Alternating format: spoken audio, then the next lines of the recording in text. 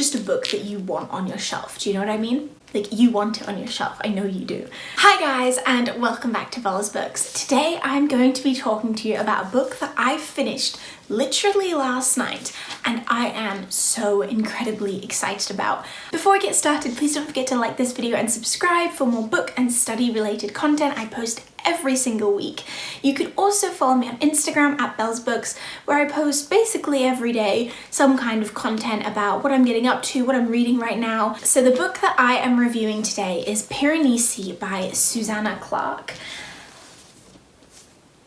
And I mean, first of all, how gorgeous is this cover? Like, if I was browsing Waterstones, not that we can go into bookshops right now, but if I was just wandering the shelves of Waterstones and I saw this book, I would definitely pick it up. Piranesi tells the story of Piranesi, who lives in a house, the house, if you will, and he wanders around exploring, cataloguing, describing everything that's in this house every single day. But the interesting thing is about this house is that it's more of a labyrinth, a series of halls of fantastic feats of architecture which are all connected together, and in which amazing wonders occur. So for example, there might be a flood, it might rain. Even though we're in this big house, kind of natural weather can still affect it. Piranesi is above all a mystery novel, where you kind of discover who Piranesi is and you meet other characters who pop up. So yeah, that's kind of the premise of the novel. I won't go into any more depth. That's kind of how much you can find out from a blurb, and I really don't want to spoil this for you if you want to read it, because it is so incredibly good. Okay, so I've tried to organize my thoughts a little bit, and what I usually do is when I read a book, I might write like a little review down, and it's usually like a paragraph or a page, and I'm able to quite clearly construct my thoughts. But with Piranesi, I just kind of ended up with this mind map type thing, so I'm hopefully going to try and make some of my thoughts make sense, at least a little bit. Above all, what I really enjoyed about the novel was the writing, the descriptions. They were so vivid. When I was reading about the house, I wanted to be there, and I felt like I genuinely was there, and I haven't felt so transported to another world in a novel since I read The Starless Sea last year, which is why I now can't decide what my favourite book is, because this is definitely second, if not first. So yeah, the writing was my absolute favourite thing. I loved how Piranesi was so comfortable being alone, and I loved reading about his adventures. There didn't need to be big plot points to make his ramblings, his adventures, his solitude interesting, because the setting was so fantastical and so marvellous. I also really enjoyed the mystery of the book itself.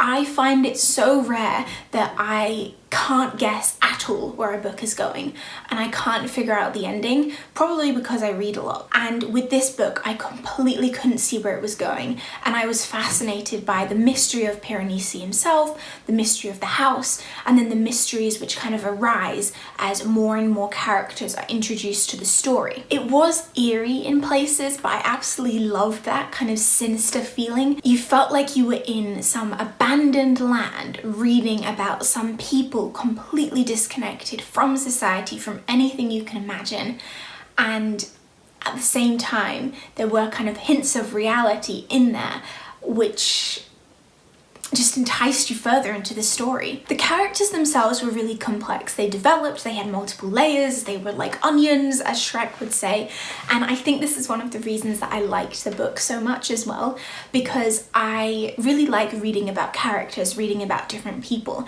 and I was so interested by Piranesi, who has a lot of different layers to his character. Although at the beginning he kind of appears one way, he develops and changes until you realise that he's so much more than you thought he was at the beginning, and so much more than he thought he was at the beginning even. And it's hard to wrap your head around that as you're reading. So now, even 12 hours after finishing the book, I'm still kind of thinking about it and thinking about who Piranesi is, what he represents, and I feel like I'll be thinking about him for a long time. So the theme of identity was really strong in this novel, especially with Piranesi, but at the same time this kind of theme of seeking knowledge and seeking relationships with other people was really strong, and it invokes this kind of discussion or consideration of what you prioritize in life. Do you prioritize kind of seeking knowledge and gaining things, or do you prioritize your relationships with people? And there's this idea that you really can't have it all. You have to pick something. You can't have everything at once. And I found the questions that this novel raised really interesting. And I'm going to tell you a little bit about the word Piranesi now, because I found this really interesting. And I was kind of intrigued throughout the novel about what Piranesi actually meant. So Piranesi is an 18th century Italian artist, and he kind of created these etchings of Roman ruins. And this contributed to a neoclassicist revival. Someone really famous said that Piranesi's artwork made him disappointed for the real ruins. If you want to kind of visualize the setting that Piranesi, the novel, is set in, turning to the Piranesi's artwork could really descriptively help you imagine what the house looks like that Piranesi, the character, lives in. Often with fantasy novels, they exist in another realm, or they exist in our world, but you think, well, that's not plausible, obviously that's not real. But with Piranesi, and I'm not crazy when I say this, you have this lingering suspicion or feeling like, what if this all really happened? And Clarke writes so convincingly that I just kind of fell into that spiral of thinking, wow, this really could occur in reality today.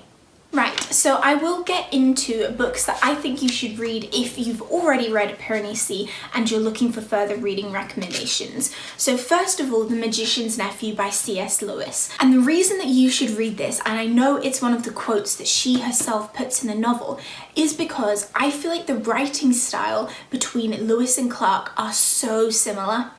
And I think it occurs mostly in The Magician's Nephew, but possibly in The Last Battle, where you have these pictures or descriptions of worlds which have been ruined, which are neglected, which have broken down. My other recommendation would be Erin Morgenstern's books, so that would be The Starless Sea or The Night Circus, and I think specifically The Starless Sea is a better recommendation if you're looking for something similar to read, because you have this similar kind of labyrinth setting that is simultaneously part of reality and separated from it, which is something that's really compelling about the Piranesi novel. The other book I'd possibly recommend to you is 10,000 Doors of January by Harrow, and this has a similar kind of premise to Piranesi, but I actually haven't read it yet, so I can't tell you what the writing style is like and whether or not it's on the same caliber of literature. I know that personally I am next going to be diving into Susanna Clarke's other literature, so Jonathan Strange and Mr. Norrell and The Ladies of Grace Adieu and Other Stories. So yeah, that's what I will be reading next, and I thought I would end by just reading you the very first paragraph of Piranesi because I loved the opening and I think you might like it too, and I hope it convinces you to read the book. When the moon rose in the third northern hall, I went to the ninth vestibule to witness the joining of three tides. This is something that happens only once every 8 years. The ninth vestibule is remarkable for the three great staircases it contains. Its walls are lined with marble statues, hundreds upon hundreds of them, tier upon tier, rising into the distant heights. I climbed up the western wall until I reached the statue of a woman carrying a beehive, 15 meters above the pavement. The woman is 2 or 3 times my own height, and the beehive is covered with marble bees the size of my thumb. One bee, this always gives me a slight sensation of queasiness, crawls over her left eye.